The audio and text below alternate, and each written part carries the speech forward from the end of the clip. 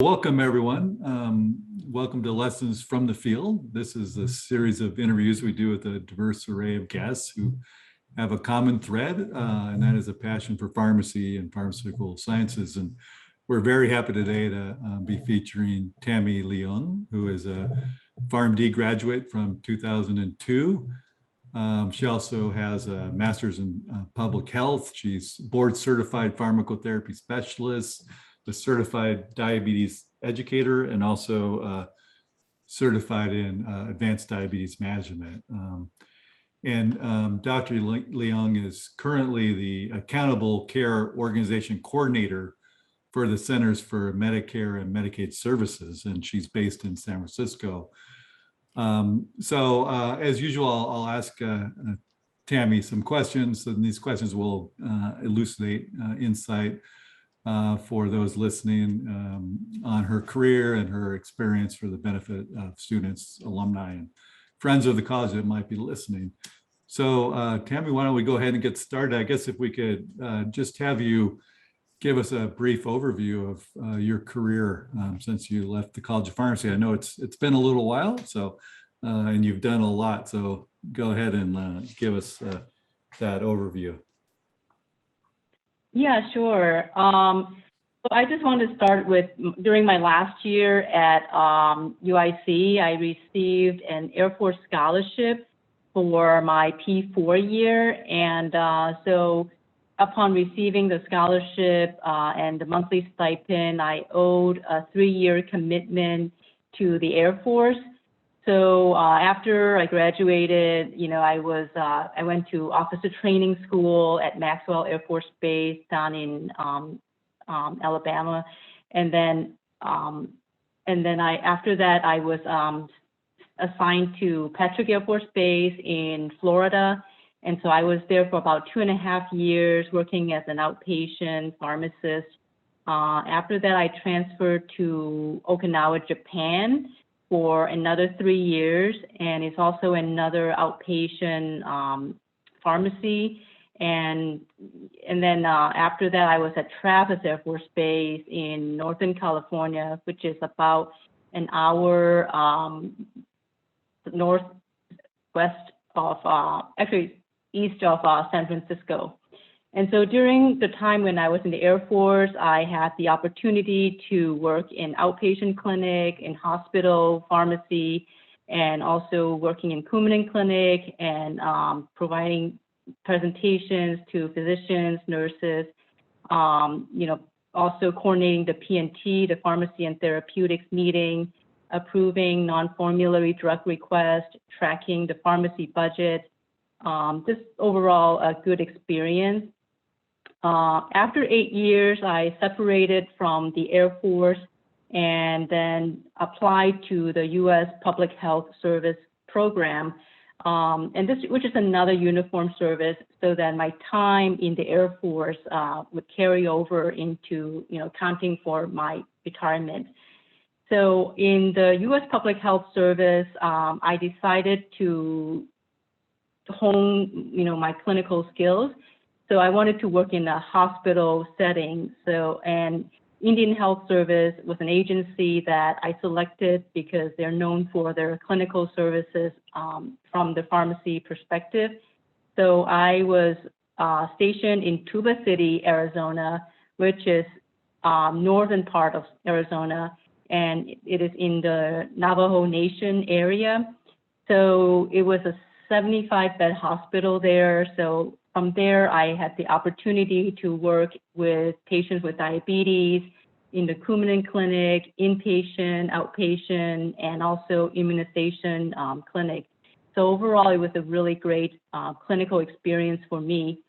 After that, I moved to Taos Indian Health Service Clinic in New Mexico because they had an opportunity for me to work as a diabetes educator.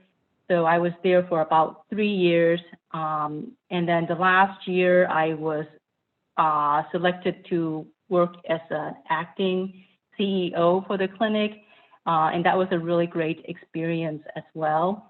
So after Taos, New Mexico, I moved to my current position 4 years ago to the Centers for Medicare and Medicaid Services, and I work as an accountable care organization coordinator on behalf of CMS, Centers for Medicare and Medicaid Services.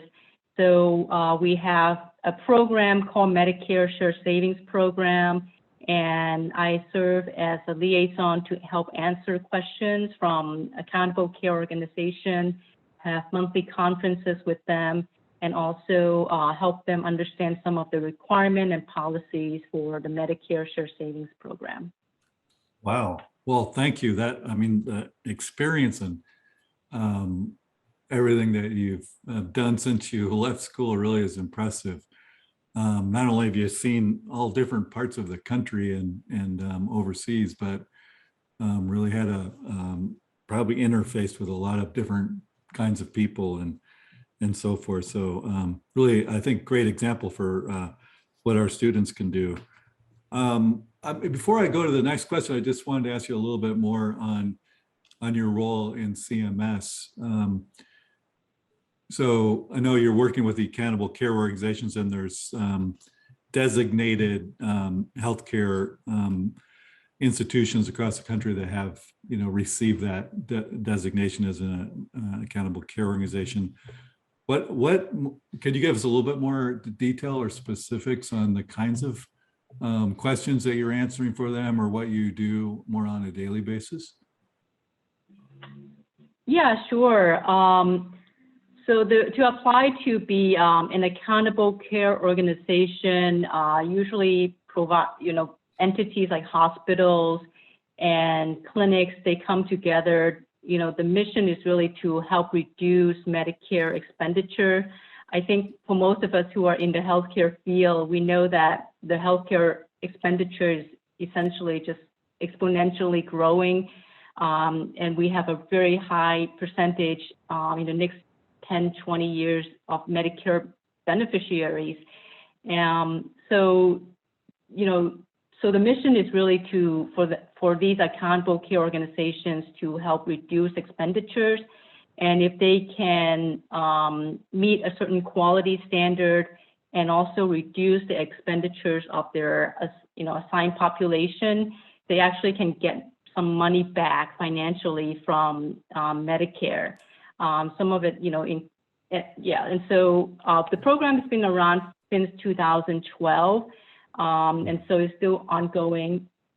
And on a daily basis, I have, right now 21 accountable care organizations assigned to me across the country, and some of them have been in the program since 2012, and some are relatively new. And I help them understand the program and our policies. There are lots of various requirements for these accountable care organizations, such as providing a website, about their organization, having a governing body, having a compliance plan, and also understanding how to retrieve some of the data we provide to these ACOs. We provide claims data and quarterly report about these ACOs expenditures and utilization and the beneficiaries assigned to these ACOs. So from there, they can see which of these patients or beneficiaries maybe has been hospitalized in the past, 3 months or in the last quarter, or went to the ED, or various types of measures that they can project out. And so a lot of times these ACOs then use their resources to help coordinate care to better improve,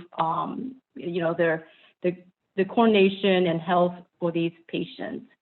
On a daily basis, I receive questions about our program.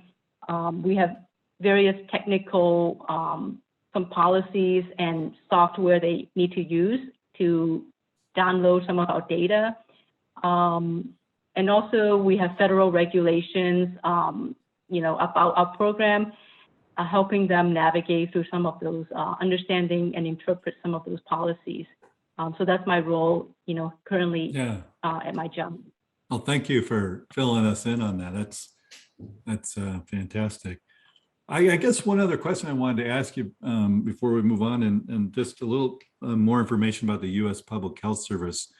Um, I know that's a great career opportunity for healthcare professionals, including pharmacists. And I was just wondering, where do people who I know the Indian Health Service is a very common one, where folks get stationed or work when they're part of the U.S. Public Health Service, but you're obviously with CMS, a government agency.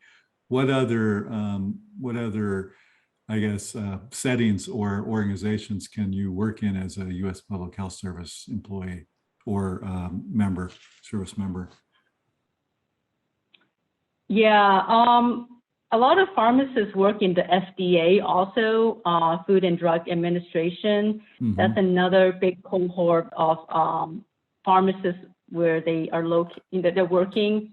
Other, opportunities include Bureau of Prison. Their health entity, is supported by U.S. Public Health Service officers.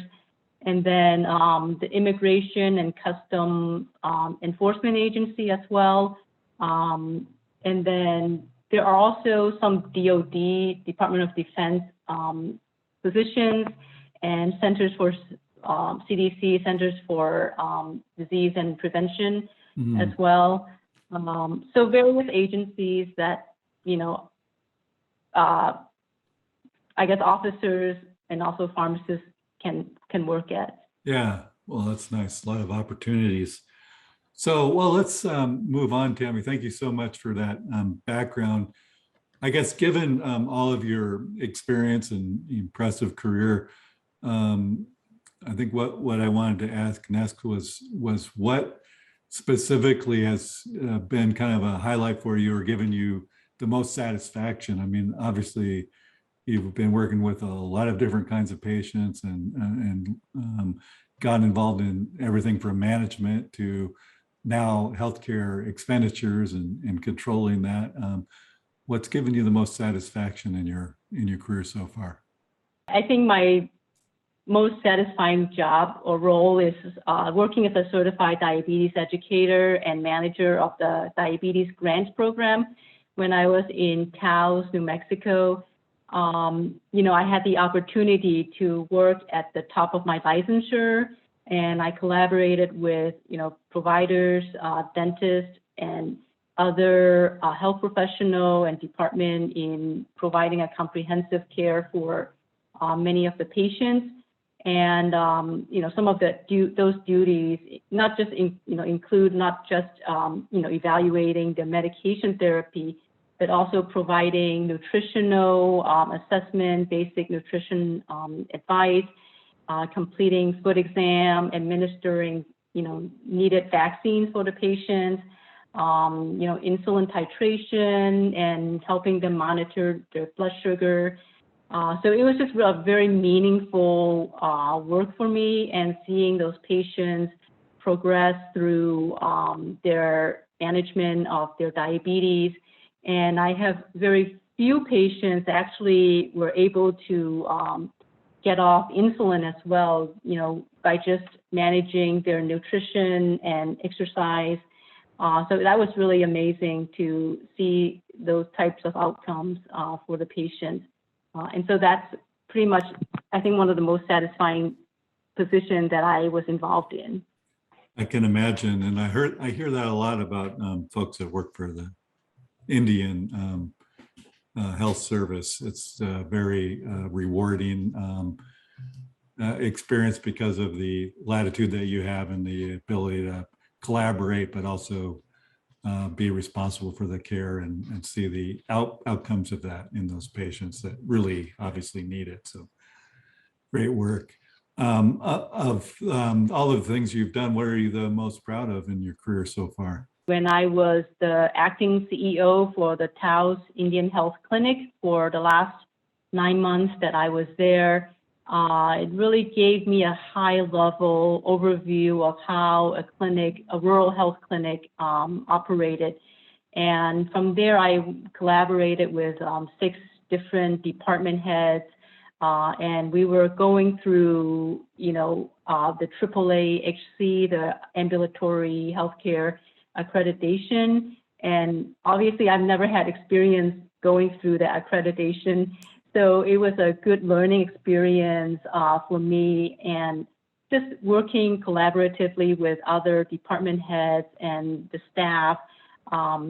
It was a really good experience to learn the different processes and implementing, process improvement, and just talking with our area office on how we achieved that.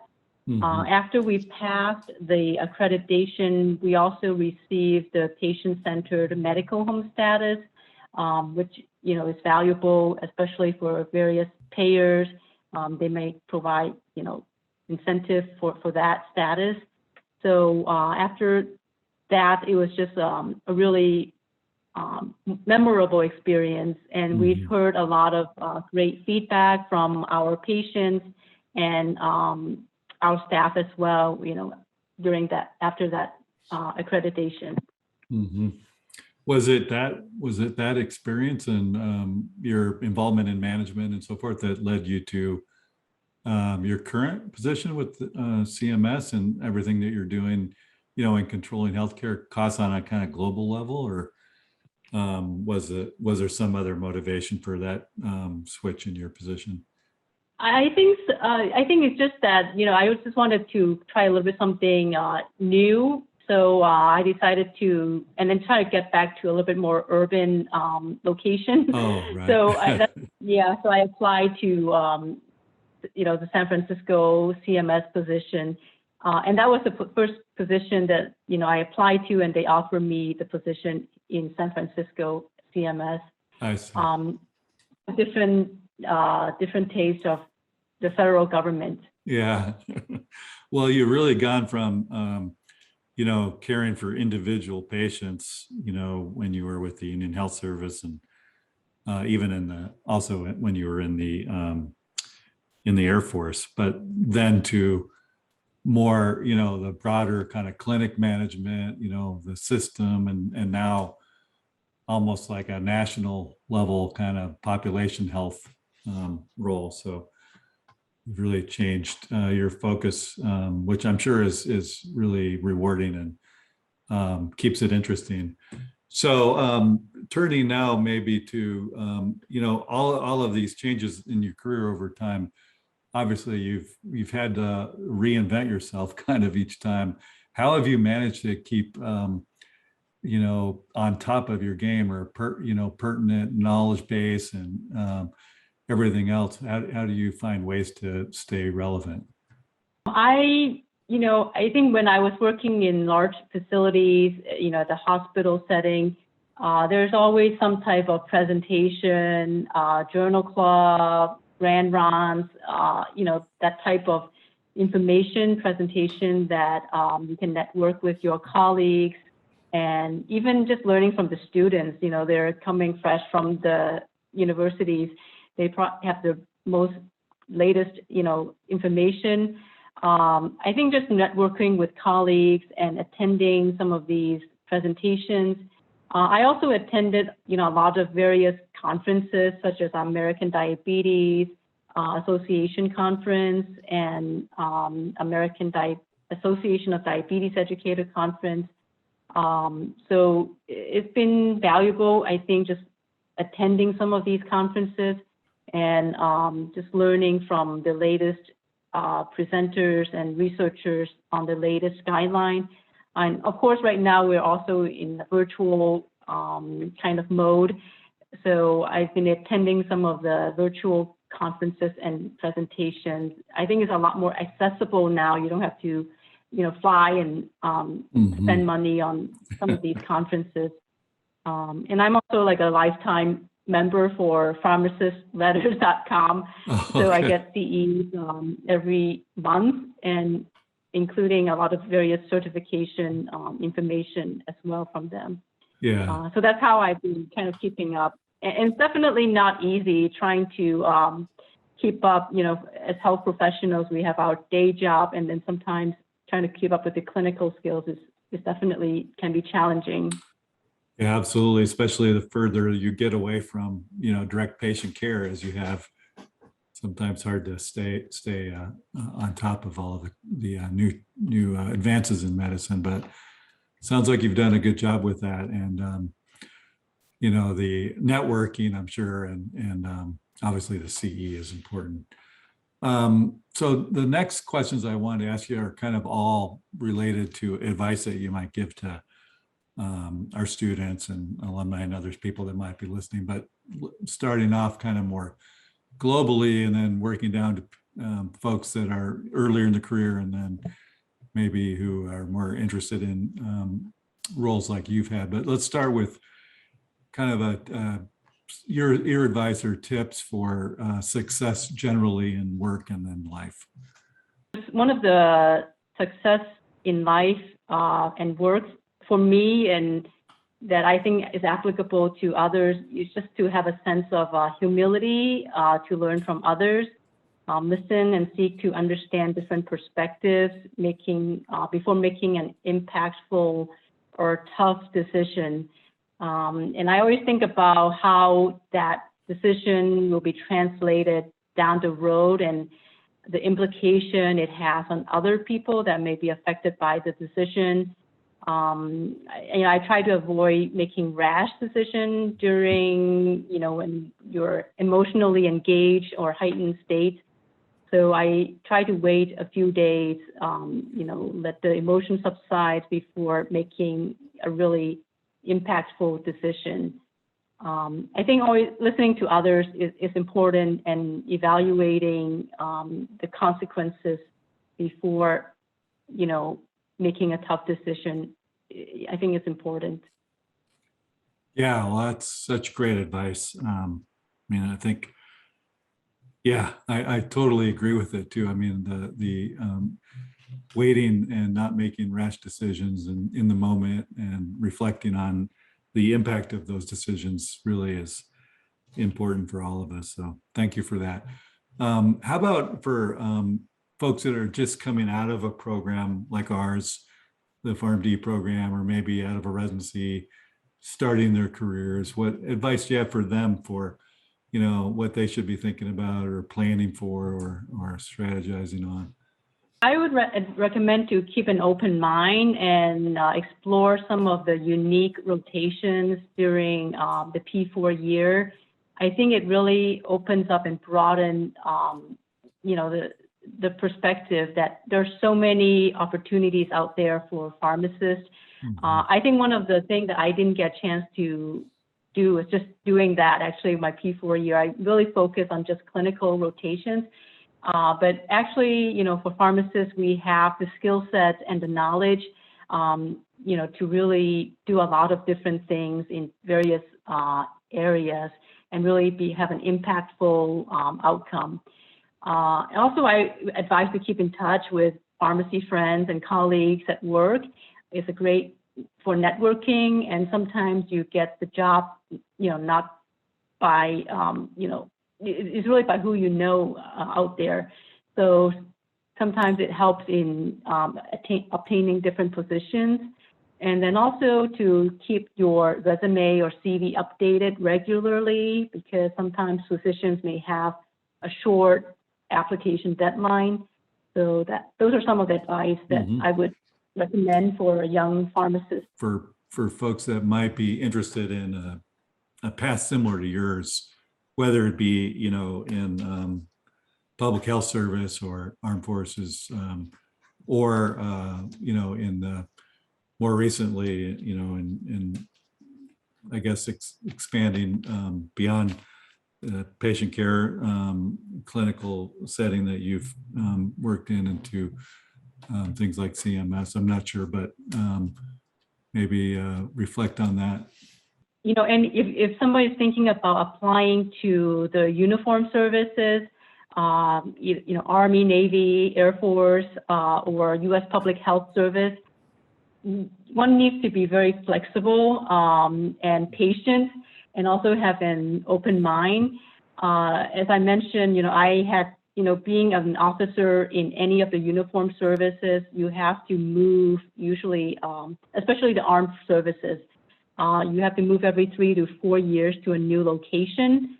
So definitely flexibility is important for your career. And then sometimes you may not end up in a place where you want to be. When I was in the Air Force, it's really based on what is open, that's available during your time of the move. So keeping an open mind and just be patient. Sometimes, the location may not be what you like, but maybe the job is really much more worthwhile and meaningful than you had expected. And then the filling of the application for any of the uniform services is a very long, dragged out process. You need to have medical clearance, security background check, interviews and references, licensure transcript submitted, and along with other documents. So usually it takes about 1 year for a person to be accepted into the uniform services. Wow. So just being patient on that aspect. Usually what happens is, the person will be working in a job while they're applying through the process. And that's what a lot of people do. When I was applying to the U.S. Public Health Service, I actually worked as a civilian for about a year while waiting for my application to go through. So, it took literally a year to get through. One just needs to be patient. And, like I said, the federal government is pretty slow sometimes. So being patient is important and critical to, for the process to go through. I hope that some of the students that we have will decide that the uniform services or public health services is something that they're interested in pursuing, and maybe can ask you for your advice individually. I really appreciate you taking time, Dr. Leung, to talk to us today, and really, thankful to see alumni from our college that have done as well as you have, and just reflecting on all of the individuals that you've interacted with over your career and patients that you've helped, and now healthcare organizations. So thank you very much for your service and for allowing us to or sharing with us today on what you've been doing. No, yeah, thank you so much for the opportunity.